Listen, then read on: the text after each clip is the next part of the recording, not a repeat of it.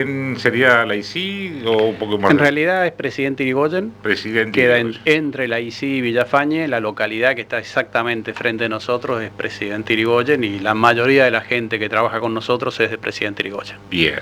¿Qué es el bagual? Porque se habla mucho en el ámbito de la producción, sobre todo agropecuaria, pero también tiene otras aristas, ¿sí? Porque bueno, Alparamis, ¿qué parte tiene de todo esto? ¿Cómo es los que conocemos Alparamis de la época de Buenos Aires, donde vendían arbolitos de Navidad y siguen con esa actividad, son líderes en ese tipo de producción? ¿Cómo llegó Alparamis a Formosa y cómo desarrollaron lo que es hoy la estancia Albagual? Sí, en realidad el camino te diría que es el inverso. Claro, sí. La estancia del Bagual termina formando lo que es Alparamis. La estancia del Bagual la compran los propietarios en el 83, más o menos, si mal no recuerdo, y la ponen en producción. Cuando la empiezan a poner en producción, en un momento las viviendas se hacían con materiales del campo. De hecho había una ladrillería activa en el campo, y se comienza con un proyecto ganadero en un primer momento.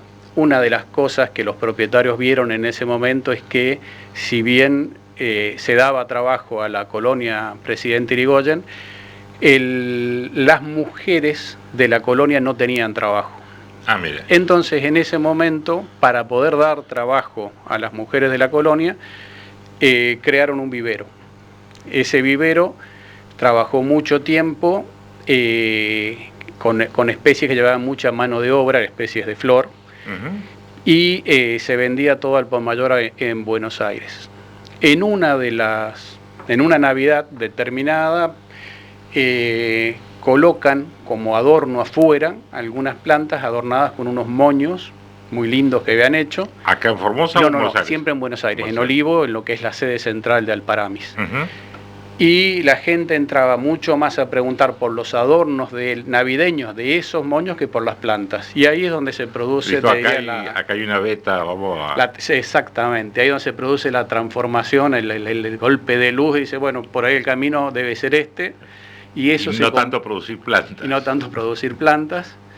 Que en ese momento, no te olvides que en ese momento no teníamos ni pavimento para llegar, el pavimento llegaba hasta la ICI, entonces si llovía y vos tenías un compromiso de sacar un camión con plantas, sobre todo de flor, en ese momento era muy, muy complicado. Entonces... ¿Año estamos hablando? 83, 84, 85. Entonces todo eso llevó primero a que la actividad principal de Alparamis, que era la venta de su vivero, pasará totalmente a un segundo plano. Hoy se vende, el vivero sigue activo, pero se vende con una... muy poquito. Se vende al por mayor, ya no hay venta al público, no se vende nada en los locales de Alparamis, y es todo abastecer a distintos viveros de... ¿Y en Formosa el vivero sigue estando? Acá nunca, en la ciudad de Formosa en el campo sí, sigue estando, pero... también hubo una transformación en la producción. Hoy solamente se producen plantas de interior y la especialidad son palmeras, distintos tipos de palmeras, pero de interior. De interior. De interior. Bueno, pero lo suyo es las vacas, ¿cierto? Sí, yo lo que te estoy contando del vivero es de oído. Es de oído. No es mi actividad. Usted se especializa en todo lo que tiene que ver con genética bovina, ¿es así? Sí, fundamentalmente con la raza Angus. ¿Profesión? No, ingeniero agrónomo. Ingeniero agrónomo. Pero que nunca me dediqué a la agricultura, siempre me dediqué a la ganadería. Llevo 30 años en esto ya acá en Formosa, en la estancia. Comenzamos, en realidad unos años más, pues no soy yo el que comenzó Joaquín Tillú, que es el administrador general de tanto del Bagual como de Fortín Corrales, que son las dos estancias de Alparamis. Él comenzó con un rodeo en el Ore originalmente. En esos años toda esta zona de Formosa todavía no estaba con las condiciones que hoy tiene para la producción. Entonces en ese momento lo que se buscaba más que nada era la rusticidad, y una raza rústica por excelencia es el Nelore. El otro factor es que estaba abierto el mercado paraguayo, uno hacía su destete y con un trámite muy sencillo cargaba y esa hacienda se iba al Paraguay. En pie, vivo. En pie, se iba al Paraguay, los terneros se iban, entonces... ¿Año? 80 y algo también, hasta el 90, y creo que en el 96 o 97 se cerró. Se producían los terneros ahí en Irigoyen y se enviaban vivos en camiones a Paraguay. Se mandaban a Paraguay o al mercado argentino. Lo que pasa es que el mercado argentino dejó de demandar el ternero blanco, pero teniendo la beta de poder venderlo al Paraguay a un excelente precio también, no era problema. Cuando se cierra la posibilidad de enviar al Paraguay es donde ya se pone en duda qué hacemos con la cabaña Nelore. De hecho, la última cabaña Nelore del país, la que cierra el registro y se acaba la asociación en la Argentina, fue el Bagual. Fue la última cabaña Nelore del país. Y ahí van por... Ahí vamos por una absorción. Ya veníamos trabajando un poquito en Brangus, pero ahí vamos por una absorción del rodeo Nelore. Y vamos transcurriendo hasta el año 98 con esa absorción. Y en el 98 se produce un hito muy importante para nosotros, que es la visita de Klaus Birkel, que en ese momento era el propietario de Camp Cooley Ranch de Texas, en Estados Unidos, que en ese momento era prácticamente el productor número 1 de Brangus del mundo. Él ve las condiciones en las cuales nosotros podíamos producir y nos propone hacer una sociedad, a los propietarios, hacer una sociedad y traer embriones de Estados Unidos y desarrollar la cabaña acá. Ese desarrollo no solo implicó traer genética, sino también tecnología. Creo que esa fue la clave. Realmente la clave fue la incorporación de tecnología. A mí me tocó ir y quedarme unos meses allá para capacitarme en todo lo que es esta etapa distinta de la producción de lo que veníamos haciendo. Y ahí se forma la segunda cabaña, que es Camp Cooley, y la número 1, la que siempre tuvimos, fue el Bagual. Después aparece Camp Cooley, y con el tiempo fuimos llevando en paralelo las dos cabañas.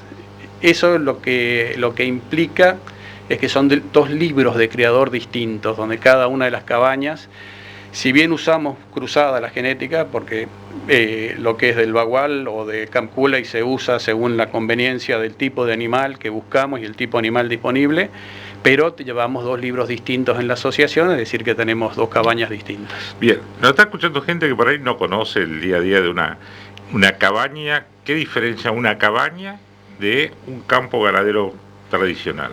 ¿Dónde está el punto diferencial? El punto diferencial es que nosotros básicamente producimos reproductores. Ese reproductor que producimos nosotros es el que después adquiere ese productor comercial que me estás contando, adquiere ese productor comercial y con ese produce sus terneros para la venta.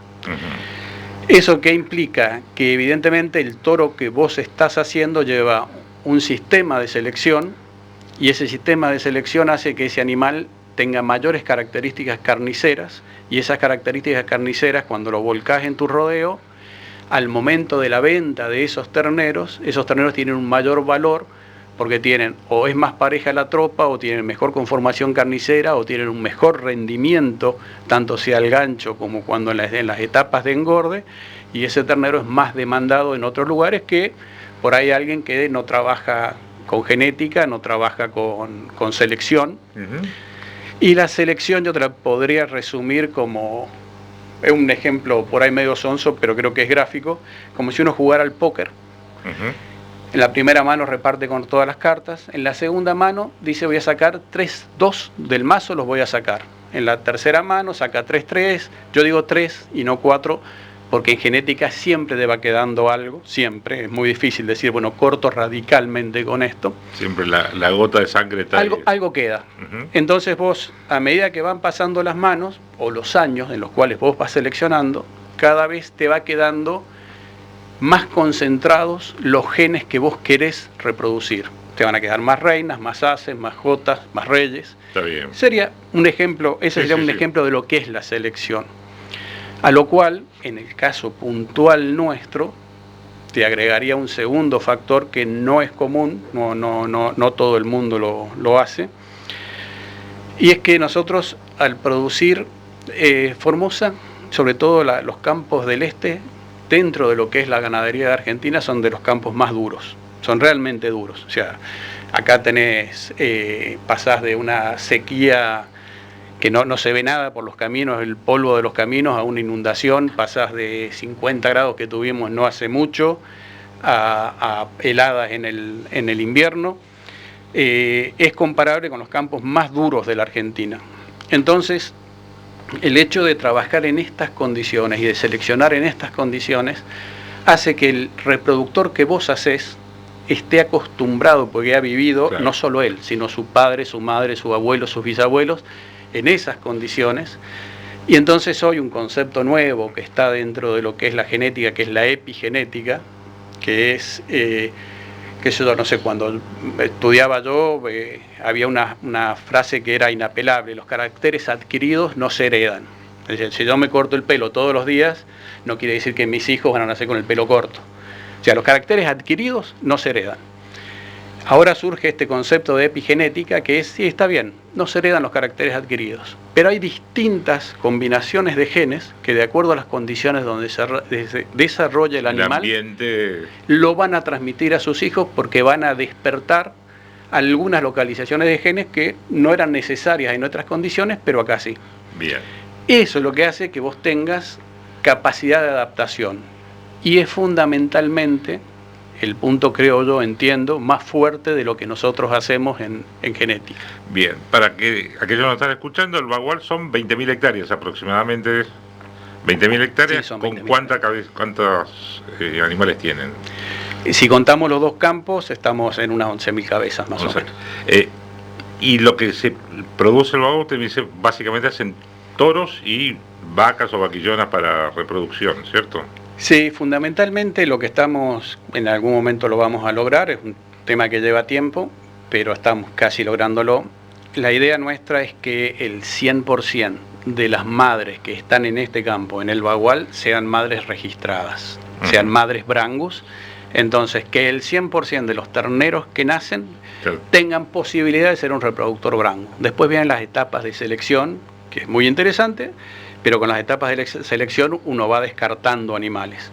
Sí. Pero que al menos el disparador inicial es que el 100% de los terneros que nacen puedan llegar a ser un ternero de registro, un toro o una vaquillona. El impacto que ustedes ven en la zona donde ustedes desarrollan la actividad, que es ahí Irigoyen y zona de influencia, la ICI, ¿cuántos empleados tienen? El Bagual en este momento 60 empleados. 60 empleados. Y el impacto de la venta de lo que producen en Formosa es, bueno, una empresa nacional, así que tiene otra sede. O sea, porque a veces el concepto que hay algunas veces dice, no, la ganadería no genera puestos de trabajo. Y hay 60 empleados. Sí, hay distintas actividades, obvio, no es la única, pero la más fuerte es la ganadería. La empresa tiene todos los meses que pagar 60 sueldos. Sí, o sea, y eso se nota en el entorno de una actividad ganadera, no adentro del campo, pero sí en el almacén, el que vende ropa, mueve todo eso, ¿cierto? Sí, yo te reitero, llevo 30 años viviendo acá, o sea que la mayoría de la gente que trabaja con nosotros la conozco hace 30 años, conozco sus chicos desde que nacieron, y hoy algunos tienen 30 años, otros un poco menos. Y lo más por ahí reconfortante de todo es ver la evolución familiar, porque el hecho de estar 30 años o más con un trabajo que te permite planificar, porque es un trabajo constante, vos ves que gran parte de los chicos que nacieron ahí hoy son profesionales universitarios, han terminado sus secundarios, están trabajando en otros lados. ¿Llegaron a tener escuela dentro de la cabaña? No. Lo que sí apadrinamos mucho tiempo, la escuela de Irigoyen, mucho tiempo la apadrinamos. Tuvimos una escuela de apoyo dentro del campo, por distintas razones no funcionó. Reitero, en ese momento no había ni pavimento para llegar, no era tan sencillo, hoy es otra cosa. Después otra cosa que cambió mucho todo lo que es la vida en el campo fueron la llegada de los celulares, las motos y hoy internet. Entonces hoy, si bien hay una parte de la gente que sus hijos quieren quedarse en el establecimiento, quieren trabajar, en general la mayoría ve las facilidades de la vida en la ciudad y otras cosas, y bueno. Es muy tentador. Sí. Lo traigo de vuelta al tema ganadero, que es el que lo apasiona por lo que sé, y tiene que ver con esto de, ustedes tienen ahí mismo en la cabaña un laboratorio, hacen el trabajo de genética ahí adentro, ¿no es así? ¿Y qué implica eso, tenerlo en Formosa y tenerlo en una cabaña de Formosa? O sea, ¿qué consiste un laboratorio? Sí, creo que hay también, como en todo, ¿no? Hay evoluciones. En su momento, en el 2007, inauguramos el laboratorio de transferencia de embriones. En ese momento estábamos muy activos a nivel internacional en todo lo que era la exportación de embriones. Y vos, para producir embriones de exportación, tenés que trabajar dentro de un laboratorio habilitado por el SENASA. Después aparecen... Espera que lo interrumpa. ¿Me está escuchando? ¿Cómo que exportan embriones? Sí.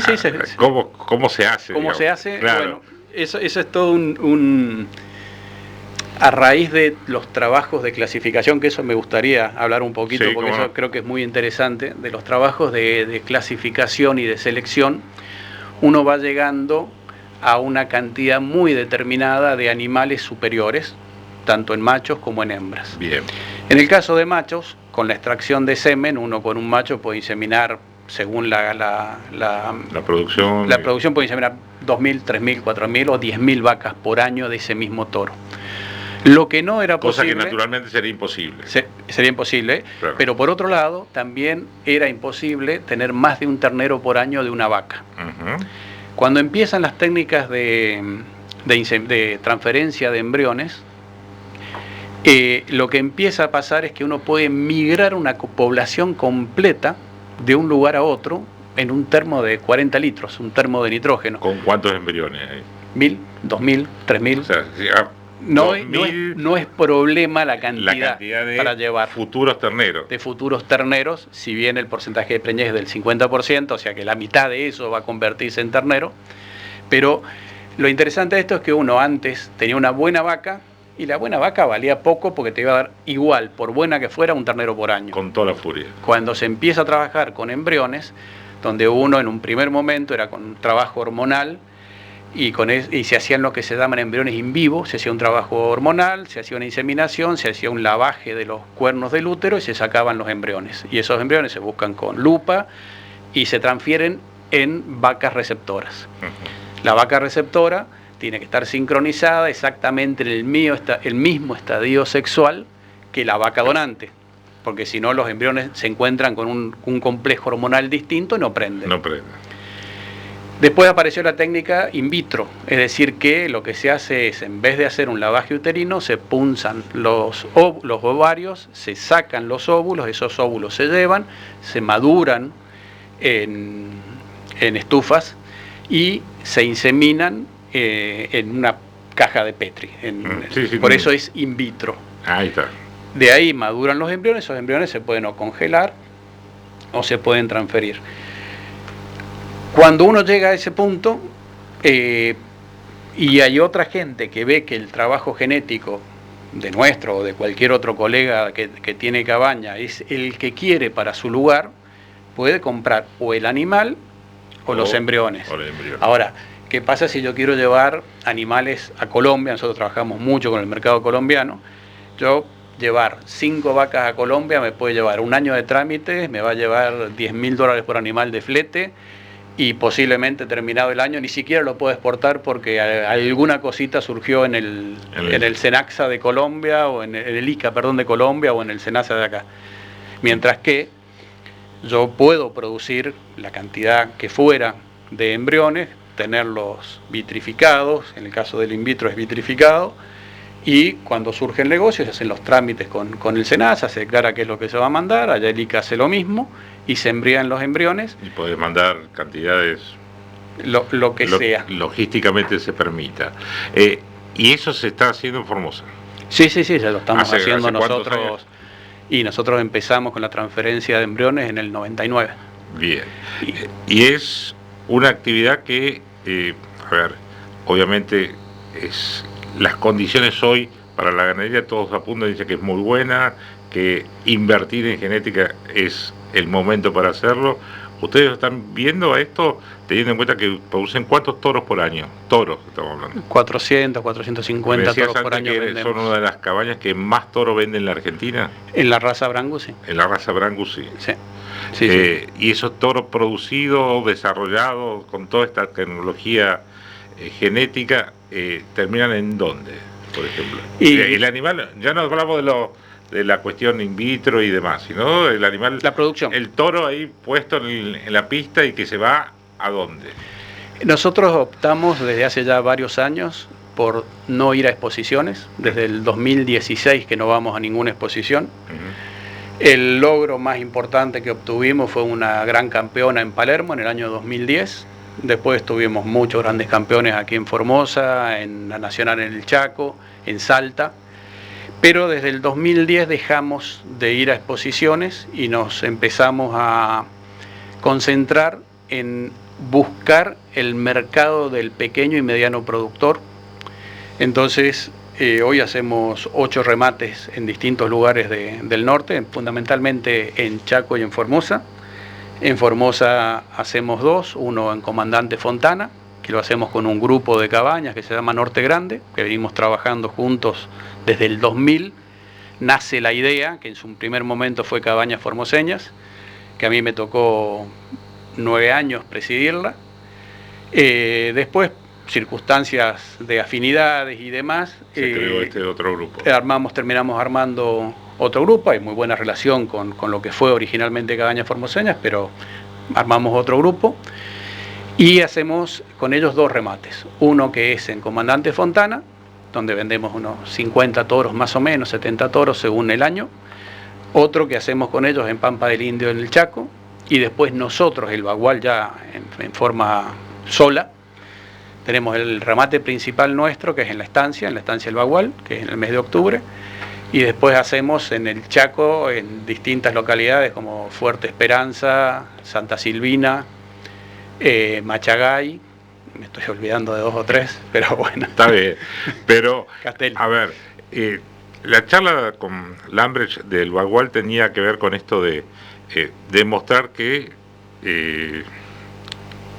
lo que ustedes son de punta, son, podemos decir, de las cabañas que en Formosa que más, de los que conozco, seguramente por ahí hay alguien más que hace otro tipo de actividad, que están a la avanzada, en la vanguardia de un montón de desarrollo, pero que tiene una implicancia económica regional, como es todo está en la periferia de la cabaña, pero también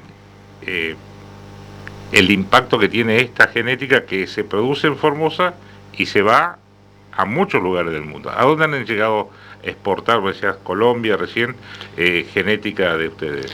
No, fundamentalmente Colombia y Paraguay. Son los 2 países en los cuales hemos exportado un número importante. Estamos en este momento en trámites con Perú. Ahí estamos realizando trámites para la habilitación.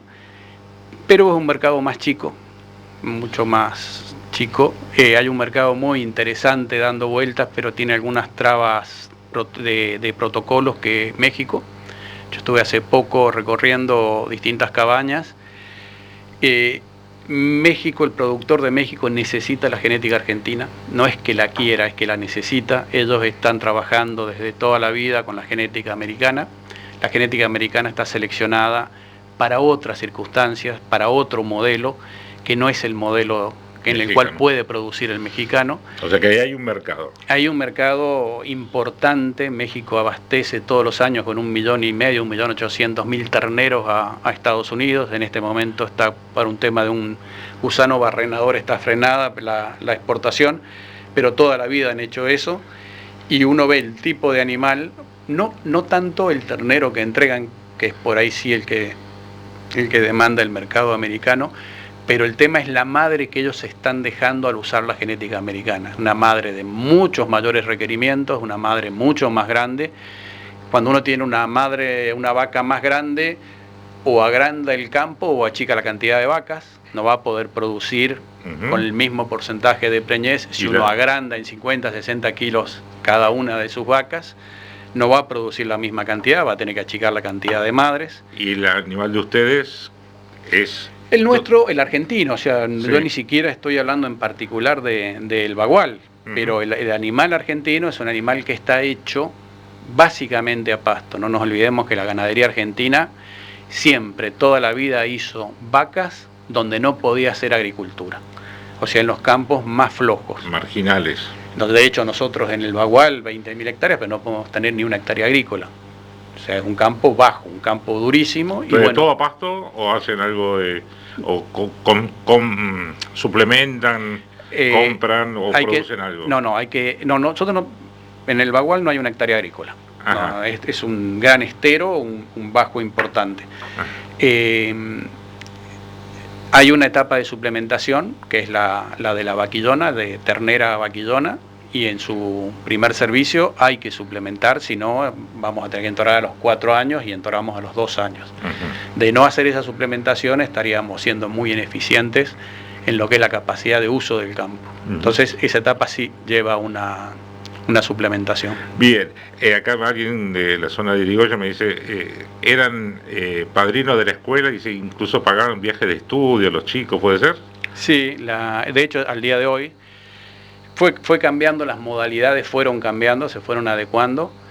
En un primer momento a los chicos no teníamos secundaria, de hecho mis hijos hicieron la primaria en Irigoyen, pero en la secundaria ya nos vinimos a vivir, yo me quedo en el campo, pero mi mujer y mis chicos se vienen a Formosa por el secundario. Y en el apadrinamiento de la escuela lo que hacíamos era, a la primaria se le pagaba un viaje, que en ese momento muchísimos chicos de Irigoyen ni siquiera conocían Formosa. El viaje era, si mal no recuerdo, era Formosa, Corrientes y creo que hasta las Cataratas o a Misión, no me acuerdo bien cómo era. Después empezó con un viaje un poquito más importante, también por el norte, donde se le pagaba todo a los chicos, y después, en realidad, lo que se buscó es que hubiera una contraprestación, más que nada para que no fuera una actuación tipo Papá Noel, que vengo y te regalo. Entonces, los chicos de Irigoyen del último año se encargan de trabajos de reciclaje. Entonces, todo lo que es tanto de la escuela... ¿Actualmente como, eso? Actualmente, sí. ¿Cómo es eso? Y los chicos tienen que... En el campo antes teníamos un sistema de recolección de residuos, se iba a un lugar y se terminaba quemando. Desde hace unos años ya se terminó con eso, cada vivienda, hay mucha gente viviendo dentro del establecimiento, cada vivienda tiene que encargarse de sus orgánicos, ver si hace compost, ver si lo ponen en sus macetas o qué hacen. Tiene que lavar todo lo que es los plásticos, vidrios, latas y ponerlos por separado, y los chicos pasan los sábados, se encargan de juntar todo eso, se encargan de concentrarlo en Irigoyen, y después creo que una vez por mes lo traen a Formosa, y en Formosa se entrega aquí en la plaza cuando salen los camiones para Buenos Aires, para el Garham y eso, se entregan ahí. Entonces eso más algunas actividades que hacen los chicos que van juntando fondos, lo habilita para... Y al fin de llegado el momento del viaje, todo el faltante que hubiera para completar el viaje lo aporta el campo. Y hay un aspecto que no tiene que ver con la producción ganadera, pero que está dentro del bagual, que es esa reserva que tienen. ¿Qué es la reserva del bagual? La reserva del bagual, te diría que empezó antes que la ganadería en el bagual, porque cuando los propietarios compran el establecimiento, lo primero que hacen es traer unos biólogos que determinen qué zona era la más indicada para hacer una reserva, y que esa reserva implique conocer lo que es la flora, la fauna y preservarla. Se determina un área, que es la mejor área del campo, que es una parte sur este del campo.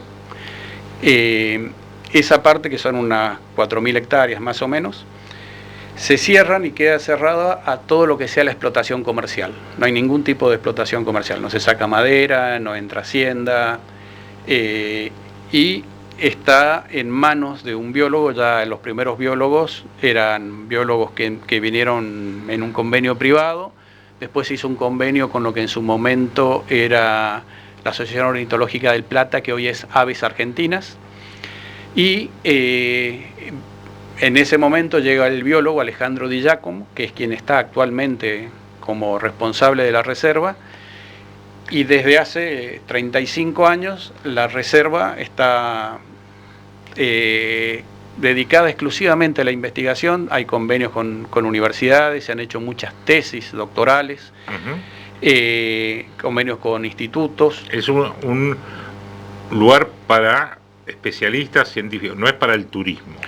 No, y tiene una razón muy importante para no ser turística, y es que el turismo implica movimiento, implica o gente caminando, gente en camionetas. Del medio.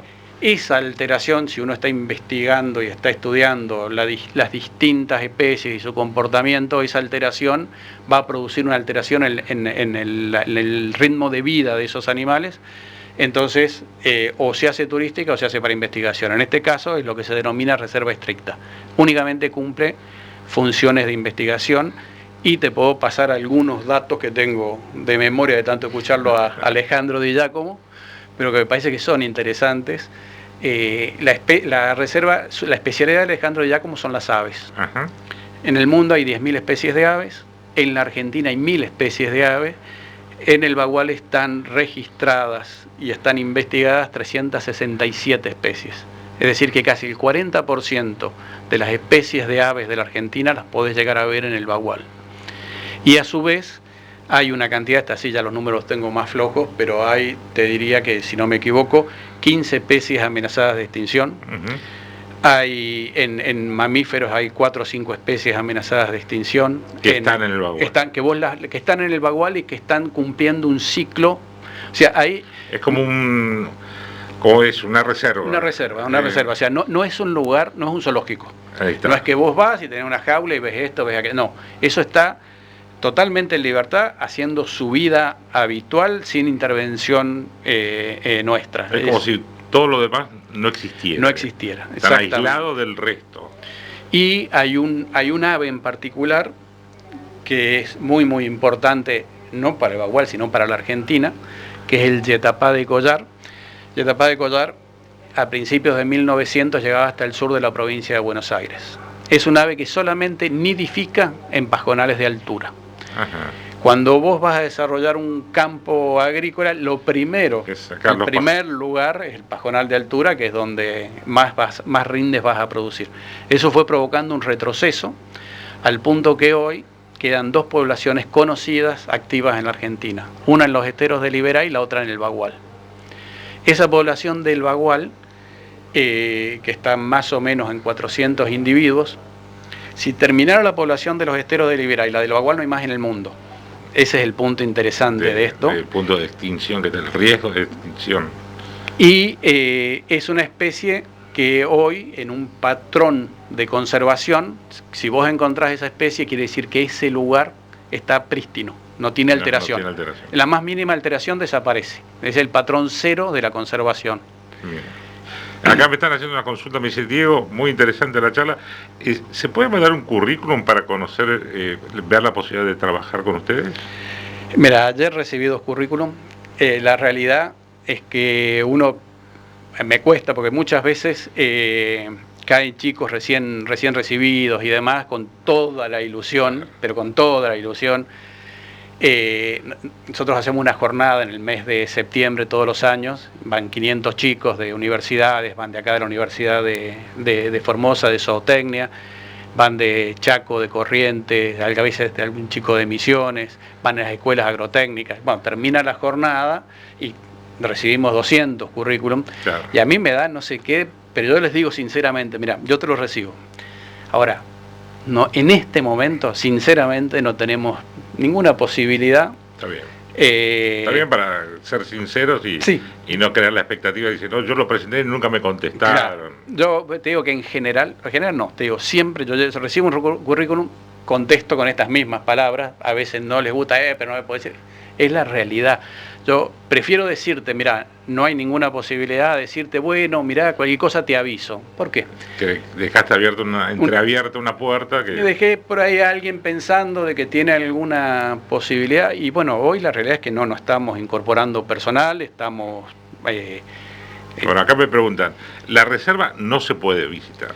no se visita. Por lo que hablamos recién, no. O sea, uno para visitar la reserva, por lo general, lo que presenta es un plan de trabajo. Pero desde el punto de vista científico, no. Científico, claro. No personal. No hay quiero llevar a la familia que vea los pájaros.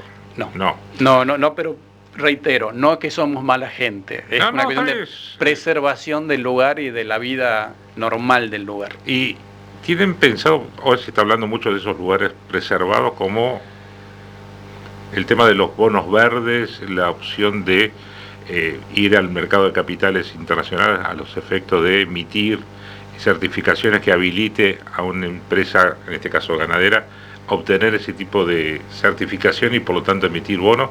¿Está previsto en el Bagual eso? No por ahora.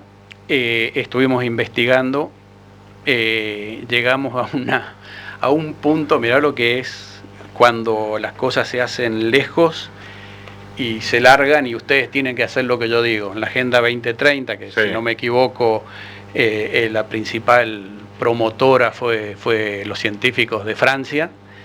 Por ejemplo, si nosotros quisiéramos, si aplicara hoy la Agenda 2030, la reducción del stock bovino, todo lo demás, el Bagual hoy no podría proveer terneros para ser terminados para la cuota Hilton para Europa. ¿Sabes por qué? No. Porque estamos a menos de 30 kilómetros de una reserva. Una locura. Durante 40 años preservamos el lugar. Es uno de los pocos, o sea, es la primera reserva privada del país. Es el de todo lo que es el Gran Chaco, es la zona más estudiada. Tiene miles, pero miles es de verdad, miles de trabajos de investigación. Claro. Tiene 30 tesis doctorales, pero como estamos a menos de 30 kilómetros de una reserva, no podemos producir para exportar al mercado europeo. Bien. Lambrecht, te agradezco apretada síntesis de lo que es el Bagual, pero la idea era que se conozca lo que se hace acá cerca de la capital, acá en Irigoyen, más que en Laicí. En Irigoyen, nosotros somos de Irigoyen. Más que Laicí. Gracias, y tenemos algunas consultas. Ahora sí te voy a pedir que te pongas los auriculares porque hay una pregunta. A ver. Hola, buenos días radio. Bueno, estoy escuchando acá que el señor estaba en Presidente Irigoyen, en el Bagual. Cuando yo tenía 52 años, mi papá cuidaba la plantación de eucaliptus en el Bagual. Y el señor en la Santa Catarina tenía la familia Merlo y era de la fábrica de quebracho acá de Formosa. Hoy tengo 73 años. Tengo el recuerdo de cuando vivíamos ahí. Mi papá se llamaba Claudio Chupé. Sí, en realidad eso es cuando pertenecía a Santa Catalina Estancias, como dice la señora, que en ese momento sí, había una explotación forestal del lugar, había plantaciones de eucaliptus, pero todo eso se discontinuó. El eucaliptus es una especie exótica, se discontinuó con la llegada de los nuevos dueños, pero sí, me imagino que... Y te pasa mucho eso, de encontrarte con los nietos, los hijos de gente que trabajó con ustedes. Tengo otra consulta, a ver. Estoy escuchando al ingeniero Lambrecht hablando de los campos y especialmente del Bagual, al cual pude conocer. La verdad es un ejemplo para la provincia de Formosa. Tiene aserradero, vivero, la producción ganadera, es todo impecable, realmente un lugar único en Formosa. Y lo que más me llamó la atención es que tienen una reserva natural donde se conserva, los pájaros pueden volar libremente, donde es un lugar donde no se puede tocar, no se puede arrojar basura, o sea, se entra y se puede recorrer y sentir el campo y el olor y no sé, la tierra, las plantas, los árboles, y ahí me quedó grabado que el dueño, no sé cómo es el apellido porque no me acuerdo, fue su última voluntad cuando falleció que lo entierren en ese lugar. Eso es parte del mito, ¿cierto? Sí, es parte del mito. No, muchas gracias por el comentario. Pero aclaremos que la reserva no se puede ir a visitar. No. Se puede llegar a recorrer si coordinás o ir a un remate. No, ni tampoco, porque eso ahí en realidad vas a la cabaña. Vas a una partecita del campo. Una partecita del campo. Yo reitero, para no quedar tan antipáticos es por una cuestión de preservación y de investigación, por eso es que no está abierto a la visita. Dejaría de ser lo que es. Exactamente. Automáticamente. Lambrecht, gracias por venirte hasta los estudios de la radio. Y saludo a la gente ahí de Irigoyen y a la gente del Bagual. Ahora hacemos una pausa. Gracias por venir. Muchísimas gracias.